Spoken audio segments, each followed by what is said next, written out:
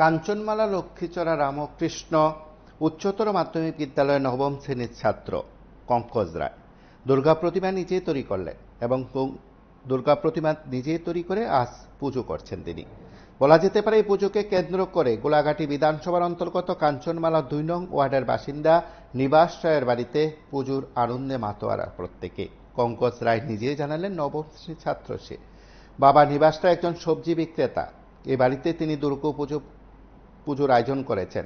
ছেলে নিজেই সেখানে দুর্গা প্রতিমা বানিয়েছেন আর সেই দুর্গা প্রতিমারই পুজো করা হচ্ছে। আমরা একবার শুনবো সংবাদ মাধ্যমের মুখোমুখি হয়ে পঙ্কজের কি প্রতিক্রিয়া।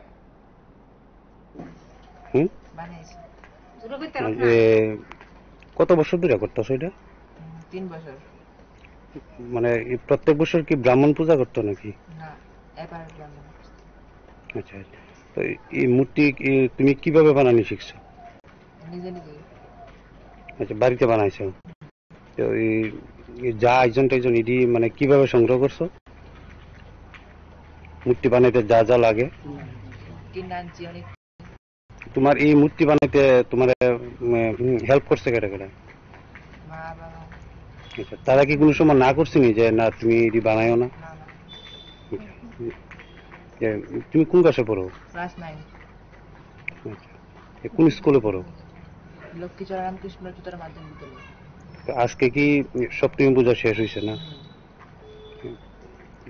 তোমার বাবার নাম? নিবাস রায়। কি করে তিনি? সবজি বিক্রি করে। আচ্ছা, তো তোমার এলাকার নাম কি? কাঞ্চনমালা। তোমার নাম? পঙ্কজ রায়। আপনারা শুনলেন সেখানে বাড়িতে দুর্গাপুজোর আয়োজন এবং সেই আয়োজনের প্রেক্ষাপট কি। ছাত্রই সেখানে মূর্তি বানিয়েছেন এবং সেখানেই পুজো চলছে। আপনারা দেখতে থাকুন PB24।